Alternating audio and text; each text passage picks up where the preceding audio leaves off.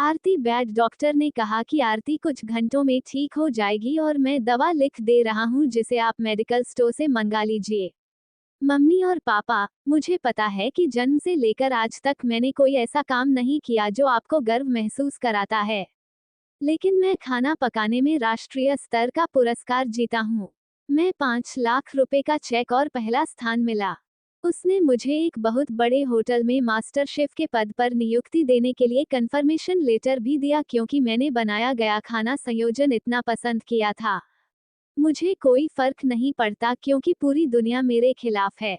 और नहीं, पापा की कड़वी बातें मुझे रुलाती थी। मैं हमेशा उनसे प्यार करता था और मैं मम्मी को बहुत चाहता था।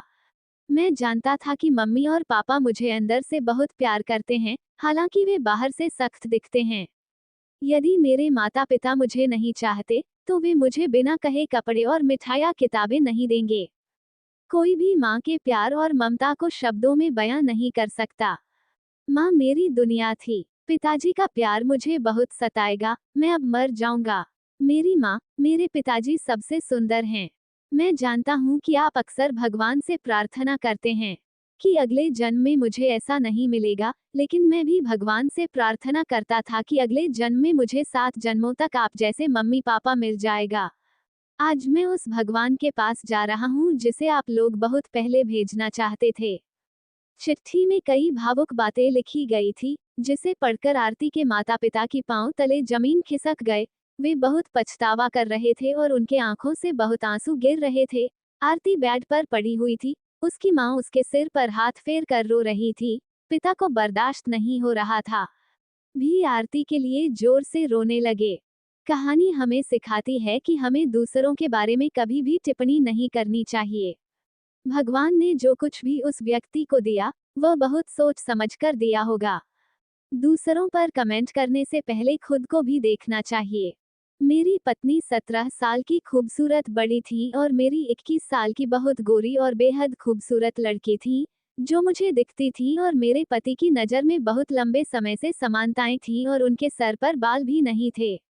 मेरे साथ अच्छा नहीं था, वो हमेशा से नाराज थी। शादी की पहली रात को उन्होंने मेरे साथ जो अच्छा किया वह अच्छा नहीं था। मेरा खून निकल रहा था और वह चले गए। उन्होंने पलटकर भी मेरी तरफ नहीं देखा। जी हाँ दोस्तों, ये बात है उस समय की जब मैं ग्रेजुएशन में पढ़ाई कर रही थी, तो मेरी बड़ी बहन को लड़के वाले देखने आए थे। उन्होंने मेरी बहन को पसंद कर लिया था और शादी फिक्स कर दी थी। मेरे माता पिता और हम लोग भी बहुत खुश थे। क्या इस शादी से या हमारे घर की पहली शादी थी, हम सब लोग बड़े फैक्टर से शादी की बातचीत में लगे थे। आखिरी शादी वाला दिन आ ही गया। घर पर बारात गई, बारात में बारात गई और लड़के वालों ने कहा दुल्हन को बुलाया। छोड़ो, हम सब लोग अपनी अपनी बहनों को अपने कमरे में ले गए। लेकिन जब मैंने फिल्म देखी तो हम सब लोग हैरान रह गए। वहां पर कोई नहीं था, केवल एक पत्र मिला था जिस पर लिखा था, पूजनीय जय जयकार और माताजी, मेरी यह शादी नहीं हो सकती। मैं किसी और से प्यार करता हूं और मैं घर छोड़कर उसके साथ भाग रहा हूं। इसी तरह मुझे मनाने की कोशिश कर रहा हूं, अब मैं वापस नहीं आऊंगी। यह सबने मेरी माँ से कहा कि मेरी माँ ने कहा, एक ही उपाय है कि तुम दुल्हन की जगह ले लो। अब क्या किया जाए, तो बेइज्जती होगी पूरे समाज में। अब हम लोगों के हाथ में ही है। मेरी तो कुछ समझ में नहीं आ रहा था कि अब मैं क्या करूं। मैं माँ को भी नहीं कह सकता था क्योंकि हम लोगों की पसंद का सवाल था कि मैं दुल्हन के कारखाने में स्थित था और मैंने यह शादी कर ली थी।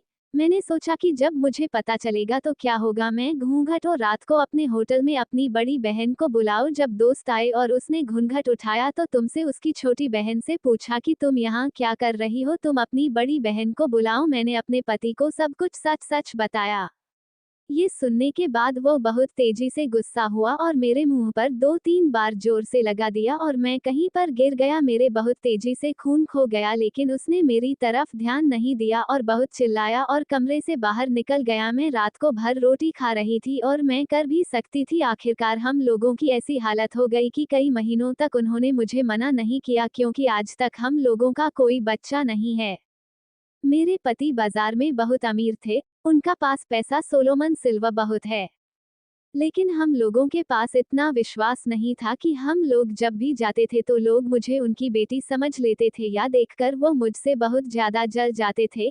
इसलिए वह मुझे भी कभी अपने साथ लेकर नहीं गए थे। एक दिन मुझे बताया गया था कि एक लड़के को मैंने देखा था जो मैं अध्ययन कर रहा था। जब मैंने ध्यान से देखा तो यह वही लड़का था जो मेरे साथ मेरे क्लास में आया था। उसका नाम रोहित था। हम लोग कभी एक थे साथ बैठकर बात कर ली। मेरे पति से तो मेरी हमेशा की दोस्ती ही जारी थी। पूरा महीना हम लोगों पर हंसता था और हम लोगों की लड़ाइयां आप देखकर मजे ले रहे थे, लेकिन सिर्फ रोहित ही थे जो मेरे दुख दर्द को खत्म कर गए थे। एक दिन मैं और रोहित घर के बाहर की बातें कर रहे थे, तभी अचानक मेरे पति आ गए और उन्होंने हम दोनों को देख लिया। वह मेरे ऊपर बहुत जोर से चिल्ला रहे थे और मेरी लड़ाई कर रहे थे। मैंने देखा था कि मैंने अब कभी उनसे बात नहीं की थी, लेकिन वह मेरी बात को तैयार नहीं थे। बहुत जोर से चिल्ला रहे थे जिसके कारण उनका बीपी बहुत ज्यादा हो गया था। जब वह चिल्लाते हुए जी की तरफ जाने लगे तो उनके फ्लैट से नीचे पड़े गिर। मेरी तो समझ में नहीं आ रहा था कि अब मैंने क्या सोचा, क्यों ना राहुल की मदद ली जाए कोई और शेयर वाला तो मेरी मदद नहीं चाहिए। इसलिए मैं तुरंत ही अपने प्रियजन से राहुल को कॉल कर लाया और हम दोनों तुरंत हॉस्पिटल ले गए। हॉस्पिटल ले जाने के बाद डॉक्टर ने मुझसे कहा कि आपकी पत्नी कोमा में चली गई है, अब भगवान ही भगवान से रक्षा करें। मैं भगवान से बहुत प्रार्थना करने लगी, मन्नतें जल्दी से ठीक करना मुझे और राहुल को। दिन रात उनकी सेवा के बारे में पता चला कि मेरे पति को भी पता चल गया था कि इतने पैसे कॉल स्टॉक्स के बावजूद भी किसी ने उनके साथ नहीं दिया, सिर्फ राहुल और मेरी पत्नी ने मेरा इतना साथ दिया है। एक दिन डॉक्टर ने मुझसे कहा कि आपके पति में आ गए हैं, जल्दी आ जाए। मैं और राहुल जल्दी से हॉस्पिटल से। मेरे पति ने मुझसे कहा कि अब मेरे पास इतना समय नहीं है कि यह लो की चाबी और राहुल की सगाई में शादी कर ली जाए। मैं अब इस दुनिया से जा रहा हूँ, लोग हमेशा खुश रहो या कहो ही वह इस दुनिया से चले।